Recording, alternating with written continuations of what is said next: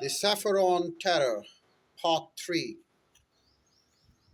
The Indian Prime Minister spares no opportunity to hurl threats at Pakistan, be it the issue of Balochistan, water issues, or the Kashmir problem.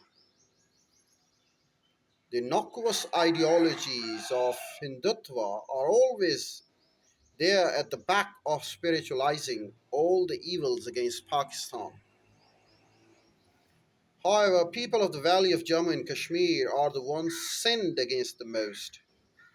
Painfully, the use of brute violence against them has been opted for as the only option as recommended in the wall doctrine. With no signs of sanity, Indian forces are killing, blinding, and abducting the Kashmiri youth to suppress their powerful pine for the freedom. India continues to resist its international entreaties and commitments regarding Kashmir and the other part of the world.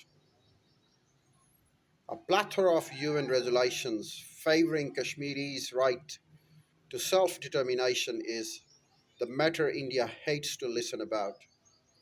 It has been a staunch opponent of a third party involvement for mediation, I beg your pardon, please.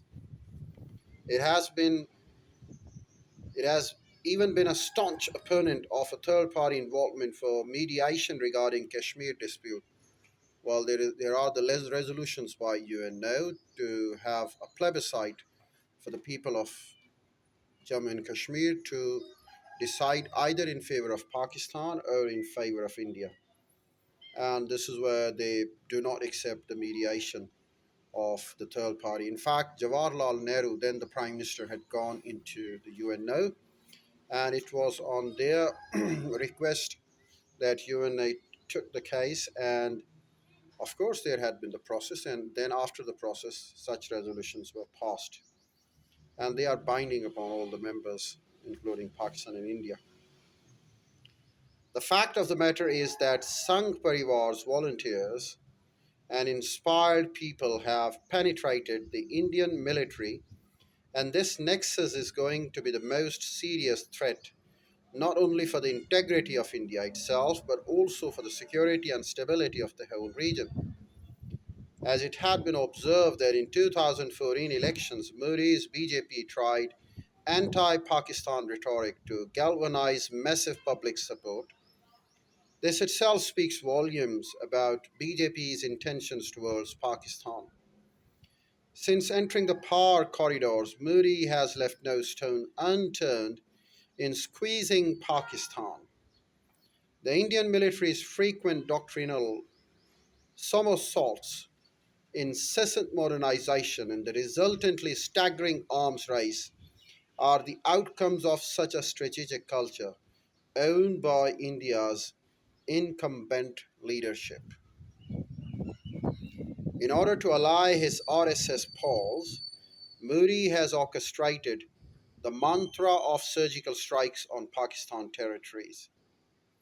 Pakistan has refuted the claims of any such attempt from Indian side.